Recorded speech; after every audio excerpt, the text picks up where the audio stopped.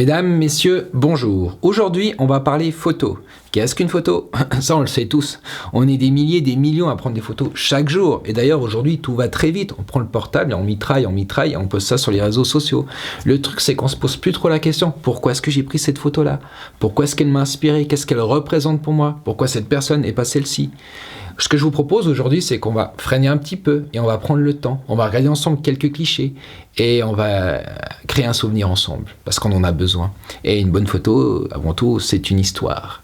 Et c'est ce que j'ai fait à travers ce bouquin qui s'appelle Montreux Romance. On va le montrer là en grand, en couleur, ça sera plus explicite, des éditions Cabellita. Ce bouquin est sorti en 2019. Alors, il faut savoir que Montreux, avant toute chose, c'est une ville en Suisse qui a une centaine de kilomètres de Genève, qui est au bord du lac Léman. C'est magnifique comme endroit. La plupart du temps, Montreux est connu du monde entier pour son Montreux Jazz Festival. J'ai eu l'opportunité d'habiter Montreux pendant quelques années et j'ai eu le temps de l'observer et de m'en inspirer, et Montreux est beaucoup plus que ça. Et c'est ce que j'ai voulu représenter à travers ce bouquin-là. Je me suis baladé dans la rue, je savais pas vraiment où j'allais aller, mais je savais que je voulais raconter une histoire et j'ai commencé à prendre des clichés, des gens qui m'inspiraient. Toutes les photos qui sont là-dedans sont spontanées, brutes. Il y a même des personnes qui ne savent pas qu'ils sont dans le bouquin. C'est le premier bouquin sur Montreux traduit en chinois, français, anglais. Là, vous pouvez voir, par exemple, ici, on a une photo. Et on peut découvrir à travers ce bouquin l'histoire d'un mec qui a perdu l'amour de sa vie et qui débarque à Montreux pour la première fois. Et qui, à travers ses rencontres, s'exprime à travers les textes qu'on peut voir. Au début du livre, tu peux voir cette carte qui représente le parcours du personnage à Montreux. Et c'est Mémé, ma grand-mère, qui l'a dessinée. Un petit clin d'œil juste là. Bonjour Mémé. Voilà pour la petite intro de Montreux Romance. Et maintenant, on va regarder ensemble quelques clichés qui font partie de ce bouquin. Premier cliché. Ce couple m'a attiré. Pourquoi ? Parce qu'ils se démarquent. Par leur habit, leur prestance. Ils sont en parfaite osmose, ils sont heureux. Ils me font penser, tu sais, à ces couples des années 70, à l'époque où tu prenais le temps d'ouvrir la portière à ta belle, puis tu l'emmenais dîner, puis tu terminais par un bal pour danser jusqu'aux étoiles. Deuxième photo, là je me suis dit, finalement un mec qui écrit des poèmes, il en faut dans ce monde de fous. Il prend le temps et en plus il te dit, ton prix c'est le mien, c'est excellent. Tu mets la valeur du texte, des mots qui ont une importance. Et ce mec-là m'a touché et il est en train de raconter une histoire, de créer un souvenir aussi à travers sa machine. Très cool. Là on se trouve au centre de Montreux, où tous les touristes affluent. Le marché couvert qu'on peut voir juste derrière et la fameuse statue de Freddie Mercury du groupe Queen. Faut savoir que Freddie adorait Montreux pour sa tranquillité. Le gars pouvait se balader au bord du lac, même si on le croisait, qu'on le reconnaissait, les gens le respectaient, on ne l'embêtait pas. Cette photo est très intéressante. Pourquoi ? Parce que si on la coupe en deux, on peut voir à gauche cette jeune femme, style années 50, et à droite, le bonhomme en short qui se trouve dans le monde actuel. C'est comme deux espaces intemporels qui se rencontrent et qui défient le temps. Ici, je me suis littéralement couché à terre. Il y avait une densité intéressante dans les nuages. Et je me suis dit, on va voir ce qui se passe. Et voilà le résultat. Le mec qui passe, là, me fait penser, tu sais, à la silhouette de Hitchcock. Il apparaissait dans ses films au moment de l'élément déclencheur.